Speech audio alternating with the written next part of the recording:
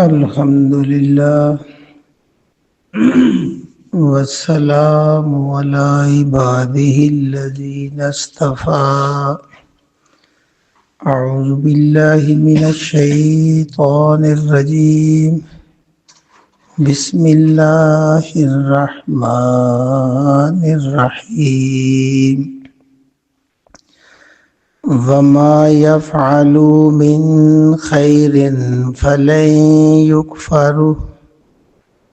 والله عليم بالمتقين. صدق اللہ العظیم. وا اور ما جو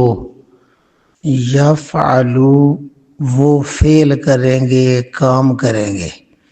اور جو بھی وہ کام کریں گے، من خیر خیر میں سے،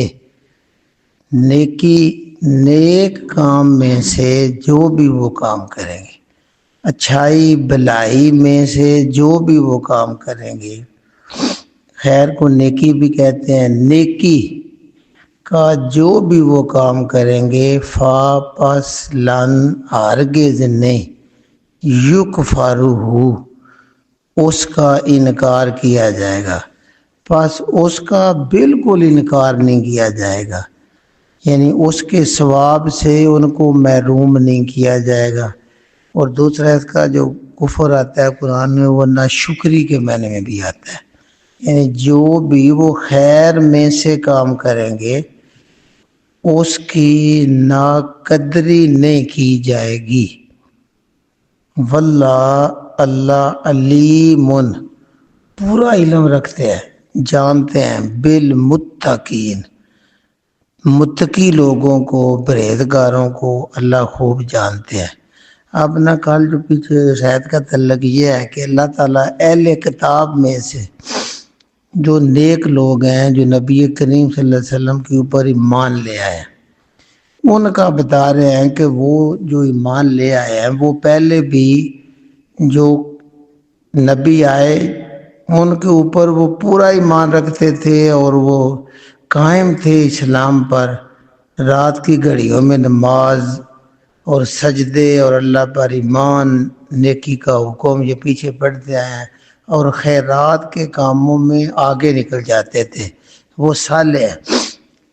حقیقت میں اسی کی بات ہے کہ اہل کتاب بھی ہو اور نبی پر ایمان لے آئے تو وما یفعلوا، اور جو بھی وہ پھر کام کرے من خیر بلائی کا، فلن یکفروا تو اللہ تعالیٰ اس کے ثواب سے ان کو محروم نہیں کریں گے، اس کی ناقدری نہیں کی جائے گی. کفر کا دوسرا مطلب ہوتا ہے جیسے ناشکری، ناقدری نہیں کی جائے گی. اللہ تعالیٰ متقی کو جانتے ہیں. اب یہ تھا خاص ان کے لیے ذکر، باقی یہ چونکہ کلام قیامت تک کے لیے ہے اس لیے اس کا مطلب بنتا ہے وما یفعل من خیر، جو بھی بندہ خیر کے کام میں سے اپنی زندگی میں نیکی کرے گا. تو بتائے یار ہے کوئی رات کو قیام کرتے ہیں، تلاوت کرتے ہیں، سجدے کرتے ہیں، اور وہ نیکی کا حکم برائی سے روکتے ہیں، خیرات میں سب سے آگے نکل جاتے ہیں. اگر اتنا نہیں کوئی تھوڑا بہت بھی کرتا ہے، یعنی یہ تو بہت نیک لوگ جو بڑے آگے نکلنے والے ہیں ان کو بھی حوصلہ دیا جا رہا ہے، اور باقی کو بھی، ہم جیسوں کو، میرے جیسوں کو، وما یفعلوا کہ جو بھی تم تھوڑا بہت کر لو من خیر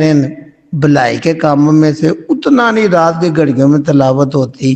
مزدور آدمی ہو لیکن تم رہو خیر کے اوپر، تو اس خیر میں، نیکی میں، بلائی میں جو کچھ بھی تم کر لو گے، فلن یکفروا تو بس تمہاری نہ قدری نہیں کی جائے گی، وہ چھوٹی سے چھوٹی نیکی بھی تمہاری محفوظ کر لی جائے گی، اور قیامت کے دن تجھے اس کا ثواب ملے گا، تو تمہاری نہ قدری نہیں کی جائے گی. اس لیے کہ واللہ جو تمہارے اللہ پاک ہیں، علیم وہ بڑے علم رکھتے ہیں، وہ خوب جانتے ہیں،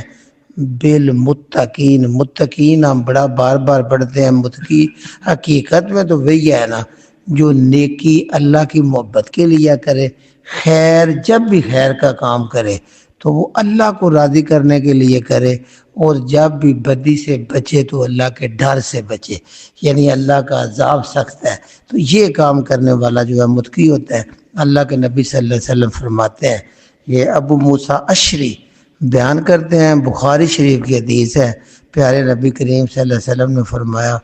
3 طرح کے وہ لوگ ہیں جن کو اللہ پاک ان کے عمل کا 2 گنا اجر دیتا ہے،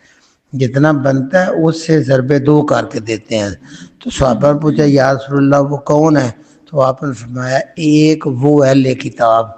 جو آپ نے نبی کے اوپر بھی ایمان لایا اور ان کے نیک عمل کرتا رہا، تو جب آخری نبی صلی اللہ علیہ وسلم آئے تو ان پر بھی ایمان لیا ہے،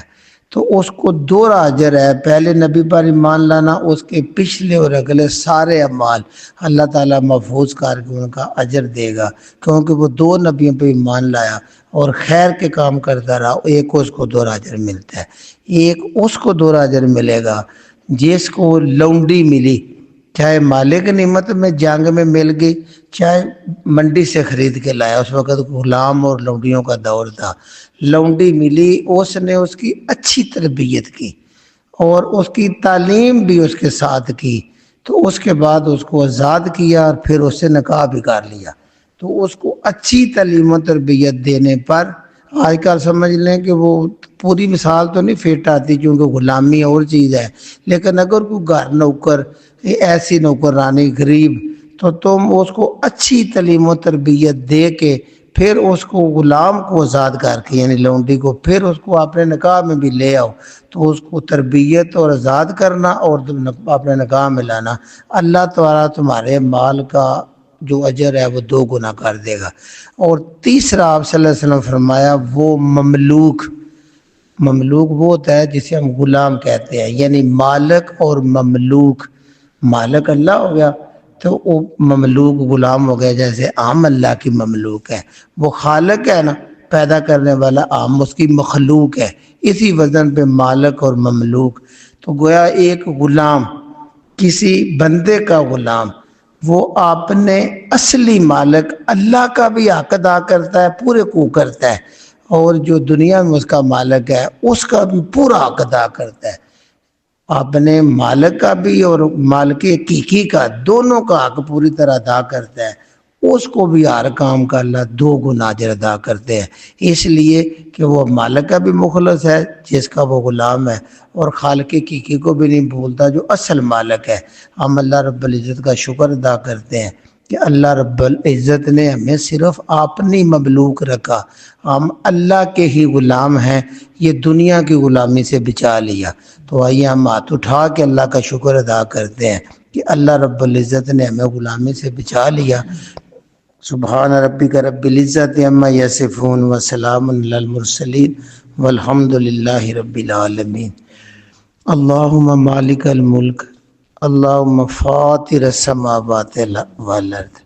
اللہم رب کل شیء وملیکہ، اے خالق مالک رازق کائنات کے مالک، آج عید الفطر کا دن ہے، میرے مالک سارے دنیا کے چھوٹے چھوٹے حاکم وہ بھی اپنے نوکر چاکروں کو، اپنے غلاموں کو اللہ آج عید دیتے ہیں، آج ان کو کچھ نہ کچھ رقم دیتے ہیں، خوشی کا موقع ہے۔ اے میرے پروردگار، پہلے تو ہم آپ کا شکر ادا کرتے ہیں، ہم تیرے غلام ہیں، تیرے بندے ہیں، تو نے ہمیں انسانوں کی غلامی سے بچایا